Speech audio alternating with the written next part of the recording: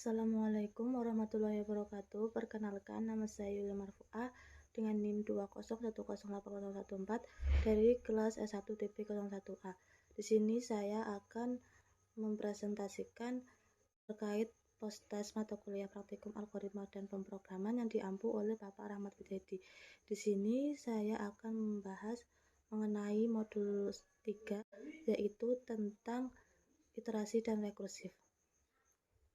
Pembahasan mengenai postes praktikum algoritma dan pemrograman modul 3 iterasi dan rekursif.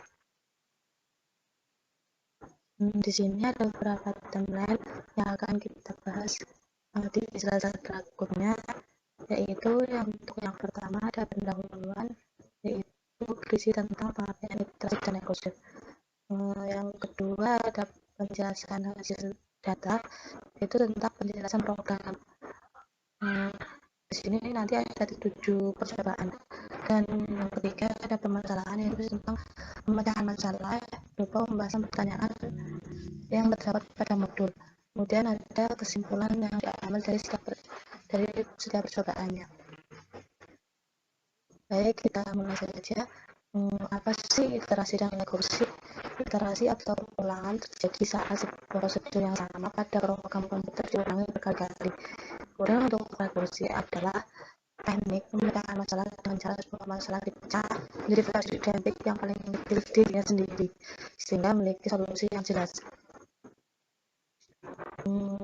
Baik, kita langsung saja penjelasan ke pembahasan penjelasan program. Untuk yang pertama itu ada percobaan 1, yaitu tentang mengenai WLOP. Gambar ini merupakan gambar program yang dijalankan untuk penggunaan WLOP.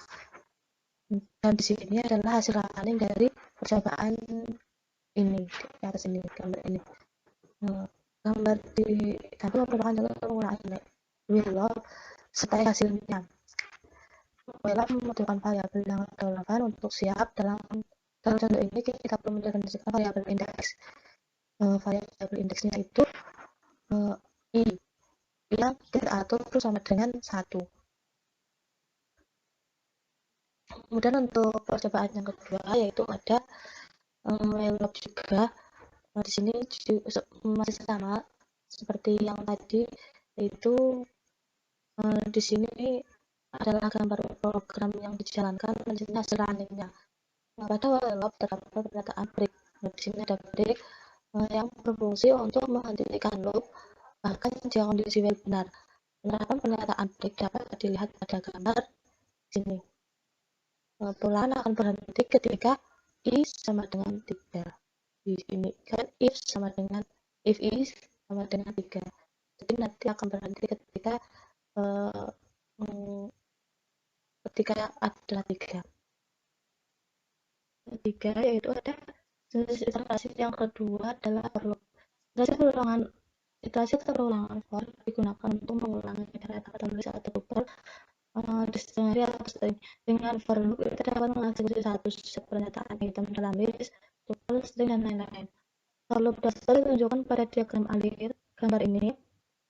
Jadi for loop ditentukan oleh sebuah item apabila belum mencapai batas item, maka jalankan program pada body of for. Apabila batas item dipenuhi, maka keluar dari for loop.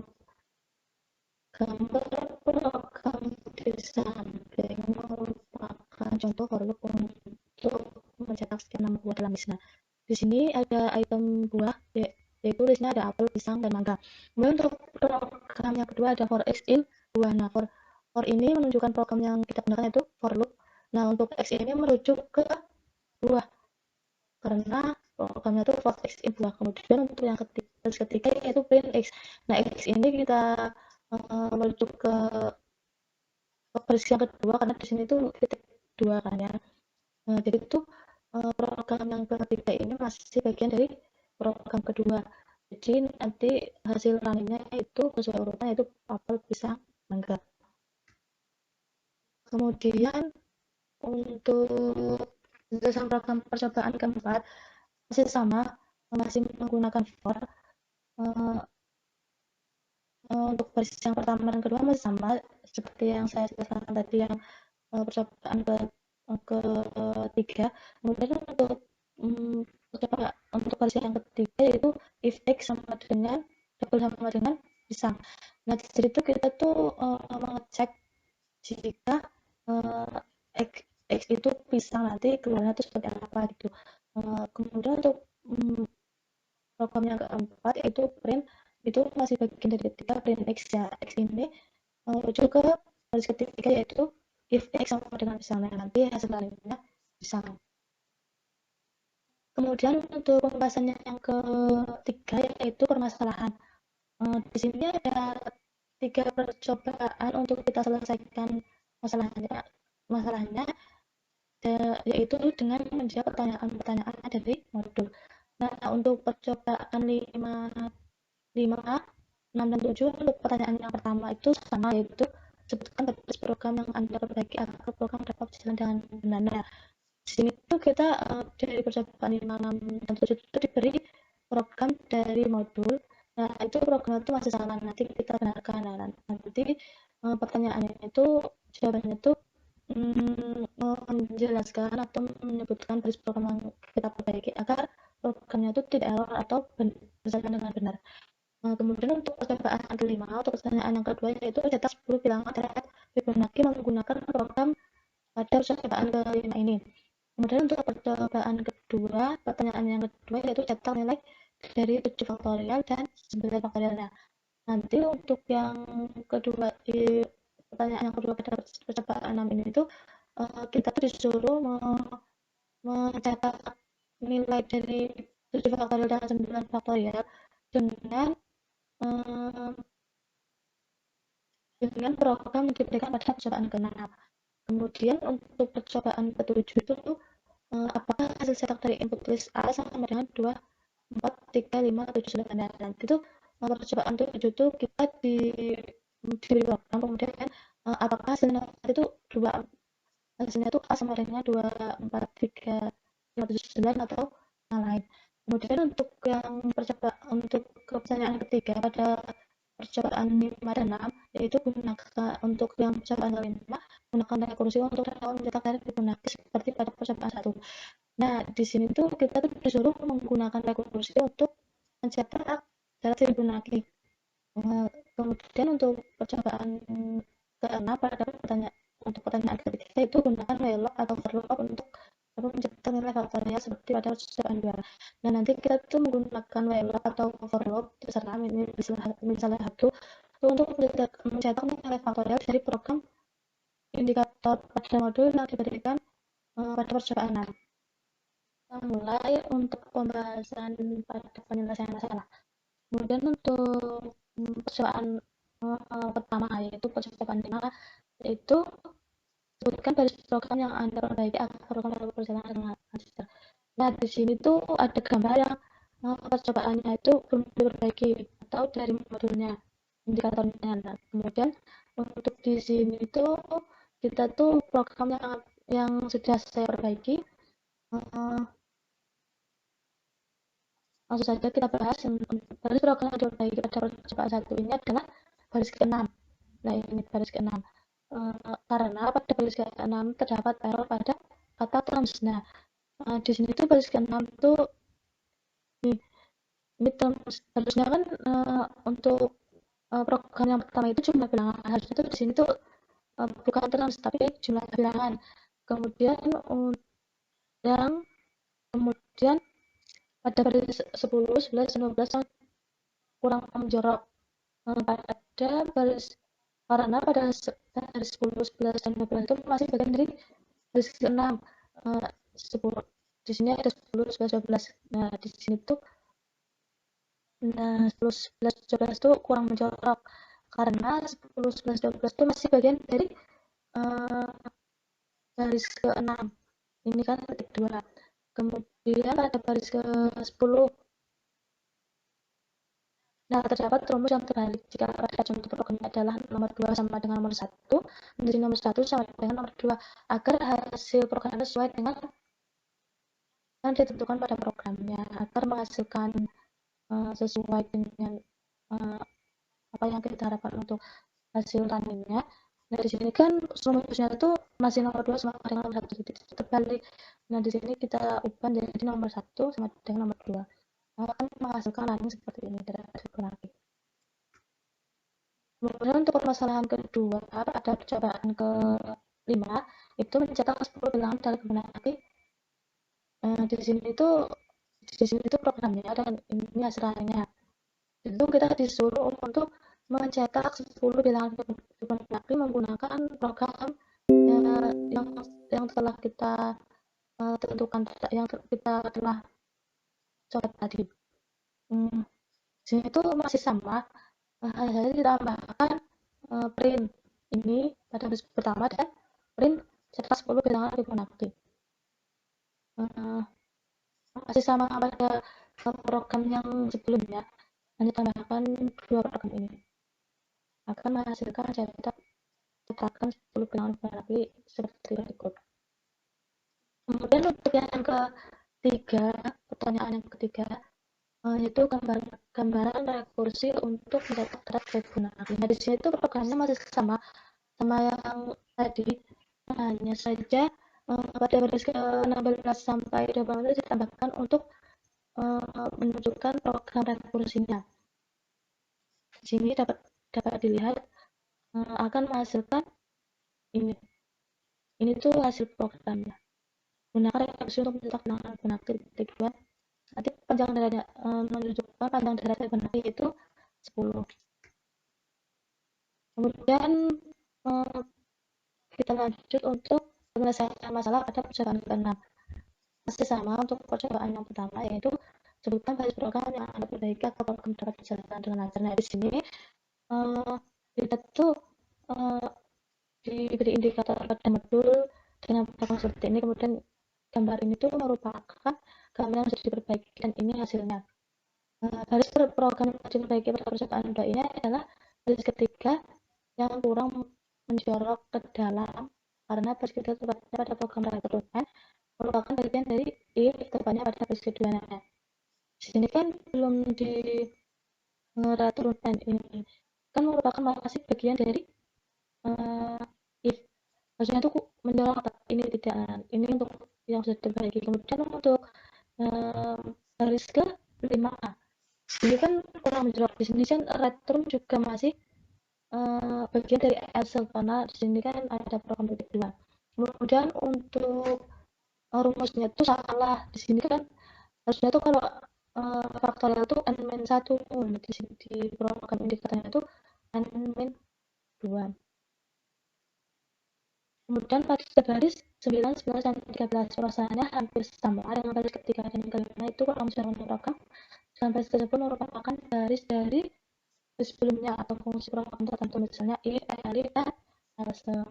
Nah di sini untuk print ini baris 9, kemudian ini print lagi merupakan kan bagian dari elif, kemudian ini print lagi untuk merupakan bagian dari.